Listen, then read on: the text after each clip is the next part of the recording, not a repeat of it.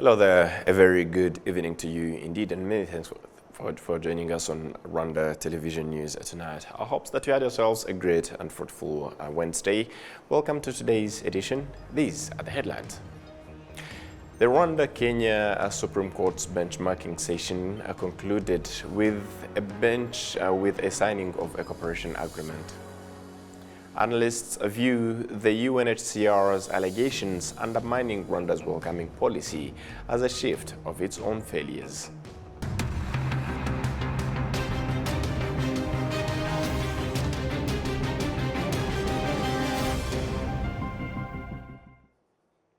Welcome to today's edition, and thank you for your company tonight. On Wednesday, the three-day meeting that brought together senior judiciary officials between Rwanda and Kenya was concluded. The gathering was aimed to seek cooperation towards the better functioning of the justice systems of both countries, as well as enhancing fair and speedy justice to the people of both countries. The official visit that, among other things, included the signing of a cooperation agreement with Rwandan counterparts. Harrison Mutabazi, the judicial spokesperson, noted that sharing best practices from our respective East African countries is pivotal in helping local jurisdictions improve access to justice to the people.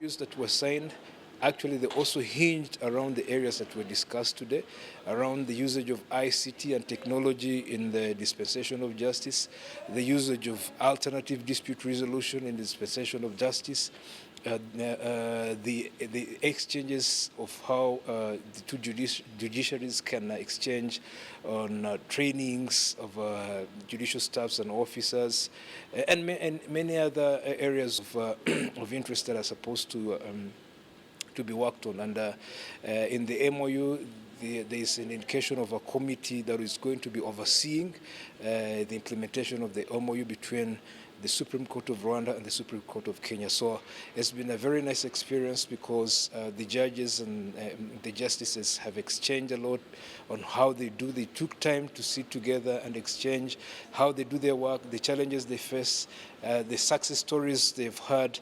So it's been a very good time for the justices of the Supreme Court of Rwanda and the justices of the Supreme Court of Kenya to have a moment to discuss this.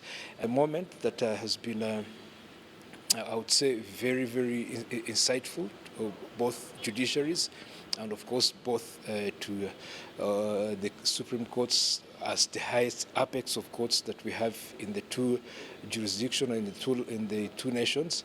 So, and there's a reiteration that this will not stop here.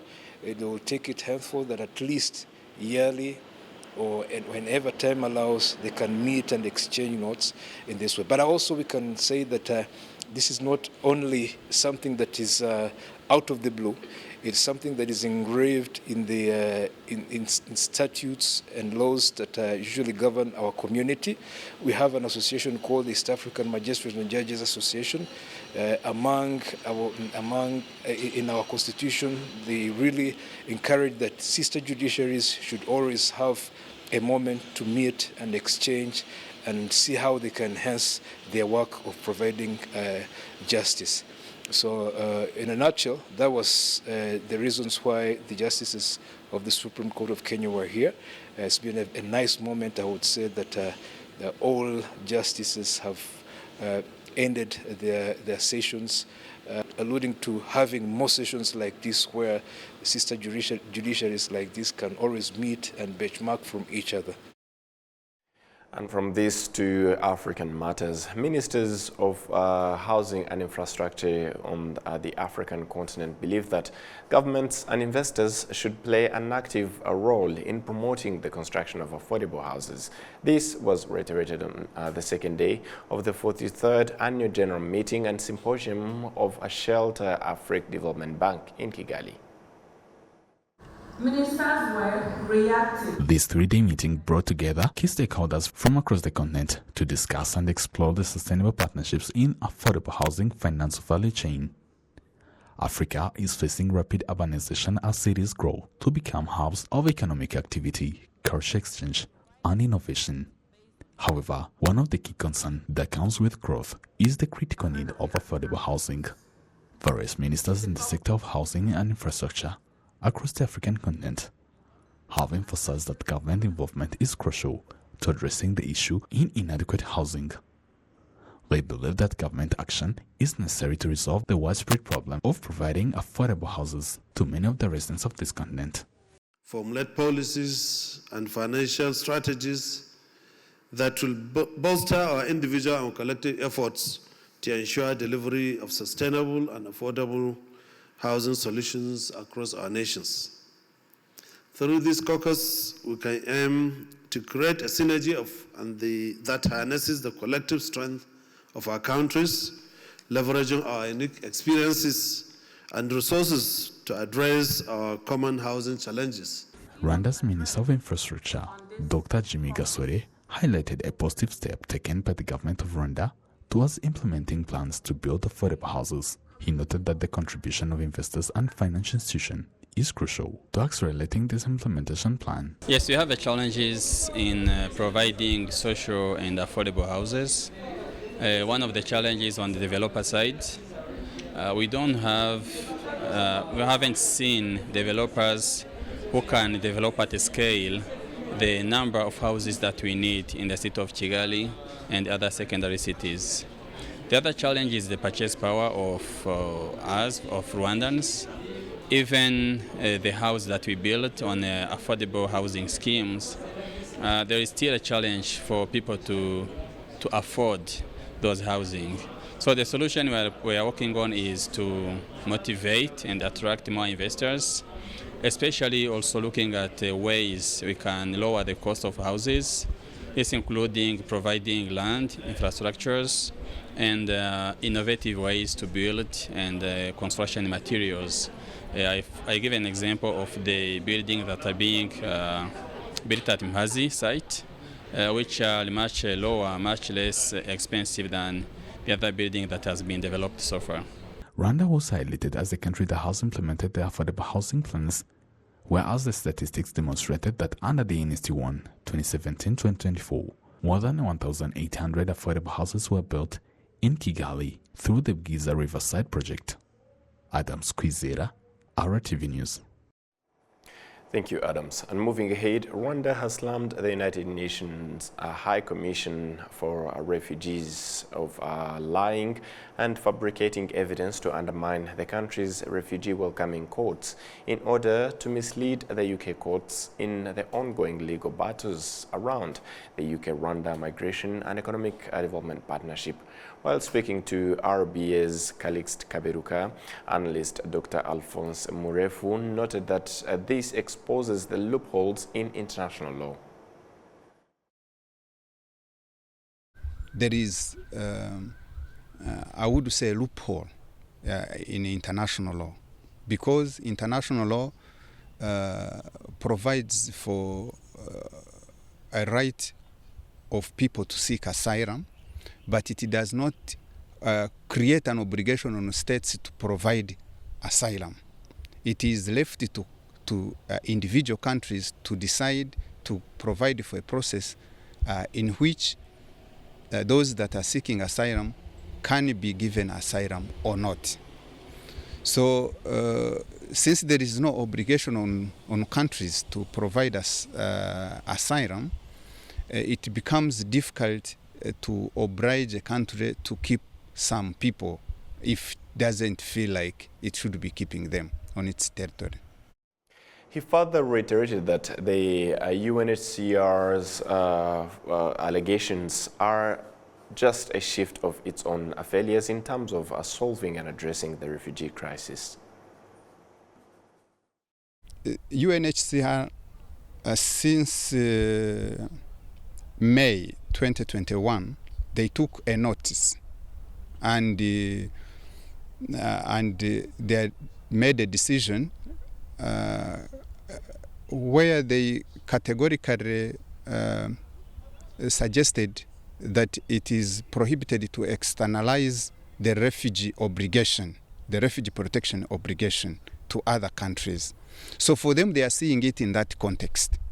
But the only I think the only hypocrisy that is within the approach they are using is that they have to make all sorts of allegations about Rwanda so that they can achieve their objective of making sure that UK does not send asylum seekers to Rwanda, because that goes contrary to their decision of being against externalization.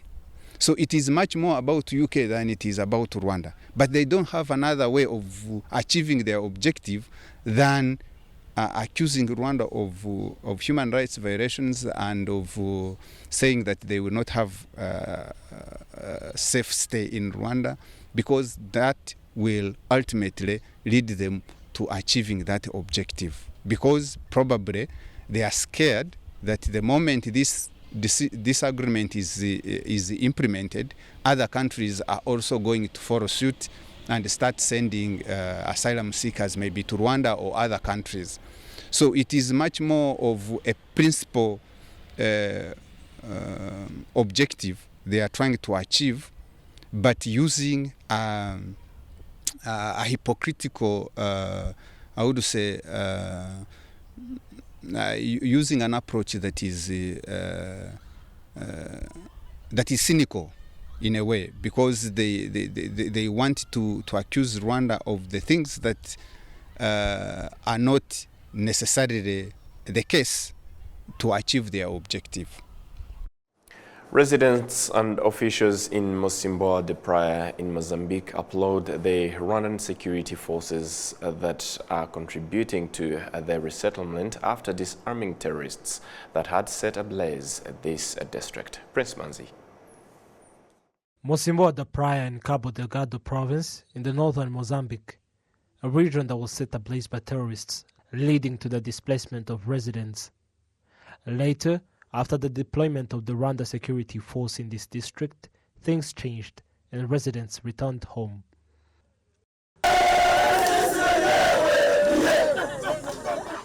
After securing the region, the Rwanda security force continues to support residents in terms of basic infrastructure development.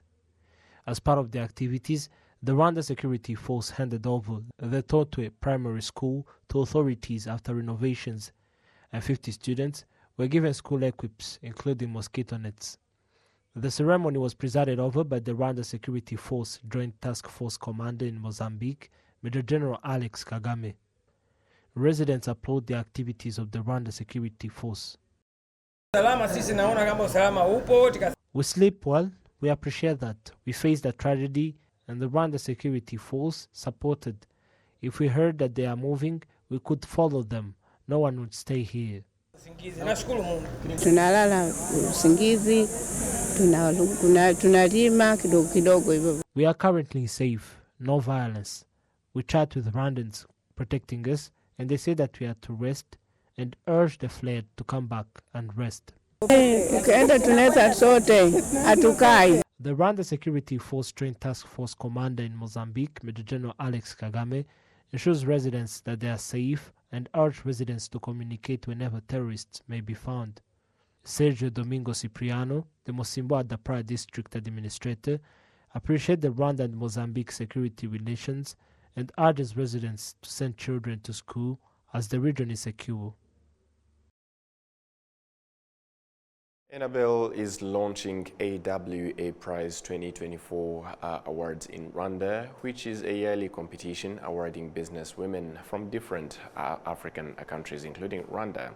The AWA award aims to create the awareness of creative and impactful work done by female entrepreneurs. The competition inspires and allows women to extend and share their work on the international level. We do have the details with Ineza Ketia.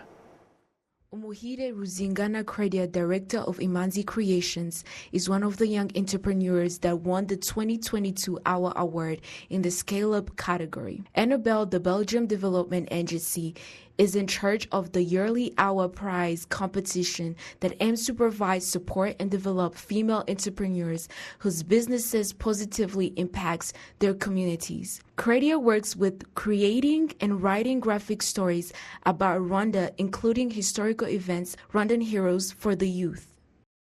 We create content for children and youth that we deliver in different forms. through animations, books, or puzzle games. Okay, this idea came in 2017 or before, like 2015 to 2017. That's when we were like telling a story, sharing what we grew up listening to, and then we realized that they're all foreign content, foreign animations, foreign stories. Then we're like, how about we do something that is relatable to us? Because one of the stories that we found intriguing was Tintin. We loved it, but then later on growing up, realized it was super racist. And back then we didn't care, but we were like, okay, fine, let's do something now that our young brothers and sisters are going to find themselves into. Credia, who won the scale-up category in the Belgium, shared her journey within the competition, expressing the challenges, hard work, and meeting the Queen. The award allowed Imanzi Creations to expand at a faster pace on an international level.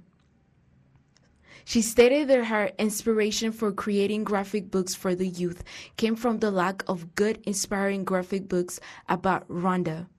Before it, we were just a company that is, trying and fighting in Kigali like anybody else. We had, we are already making sales and everything, and the spotlight, if I can say, was local. We had this local spotlight. But now, joining Annabelle and winning the first prize in the scale-up category put us in the international spotlight. It was something that opened different doors that we couldn't imagine. We had to go to Belgium to meet the Queen herself to get to the prize. And meeting the Queen, having a picture of her, shaking hands, it opened more and more doors at an international level. We met different partners, we met different people, potential partners. It helped us reach places that we weren't able to reach. We could reach probably in the future, but now the future was like. The competition is looking for authentic and inspiring companies rather than the sales or numbers. She gave her authentic and best work with no expectation of winning because this competition involved over 2,000. Manuel Iglesias, country portfolio manager, shares about the coming competition, Our Prize 2024, launching in Rwanda, taking place June 12th and June 8th, 2024. The theme for this third edition will focus on the companies active in the culture and creative industries, CCI. The most important thing is that, of course, we're doing this because we believe in the power of women to change the world. That's, I think, the main messages we want to come across, and we want them to change the world, not just to make themselves richer, which is also good, that's what business do, but also to have a positive impact on the society, in this case, in the society of Rwanda they work with. The registration will take place online on the Our Prize website.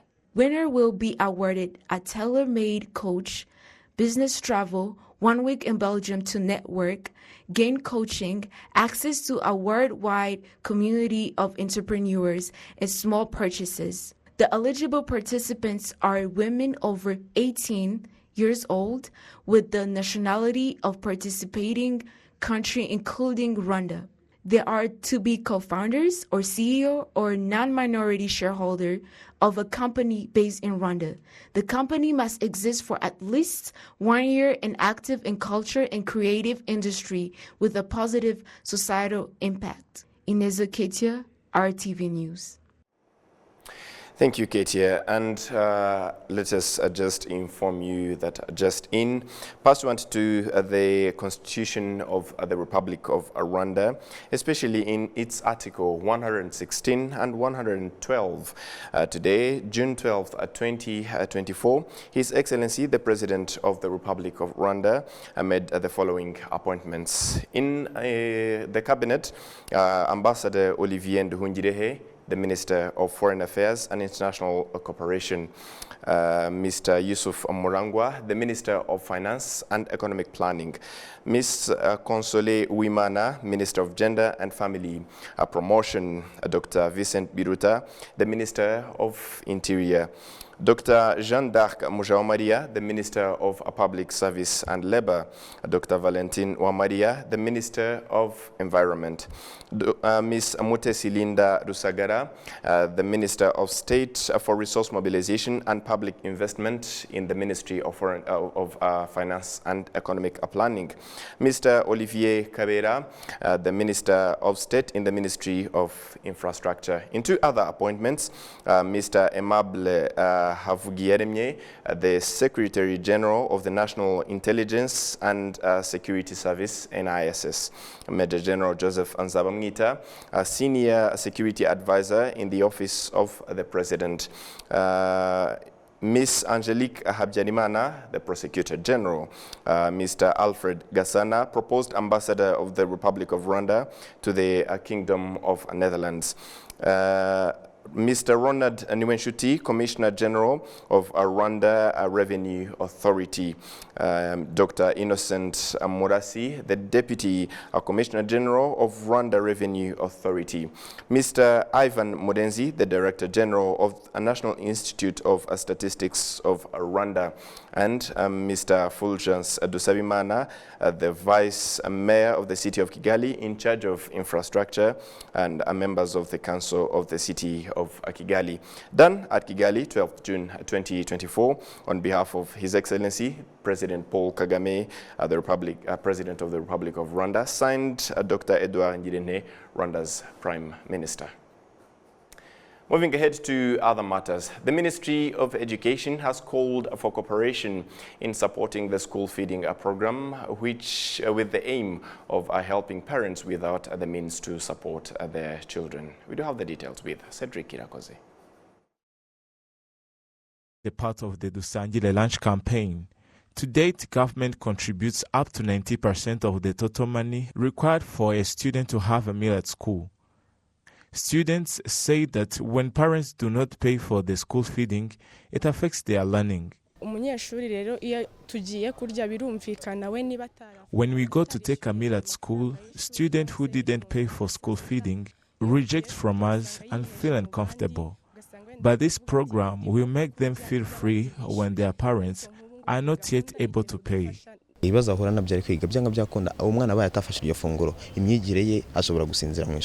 A student who didn't take anything sometimes used to sleep in class. When you ask him a reason why, he replied that he didn't eat. The Dusangile Lunch started in 2021. The Ministry of Education indicates that it has had a significant impact on student learning as it reduced school dropouts from 10 up to 4%.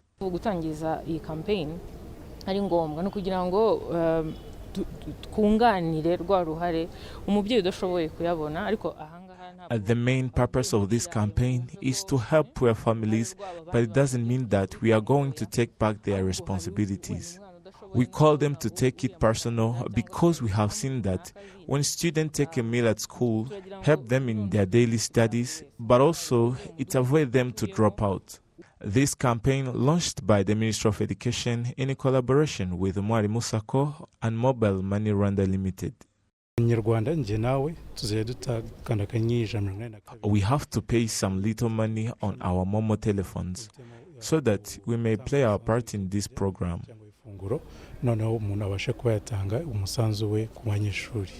By launching this program, more than 60 million was collected and will be distributed this year.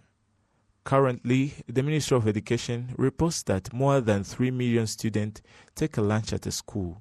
Cedric Kirakoze, RTV News.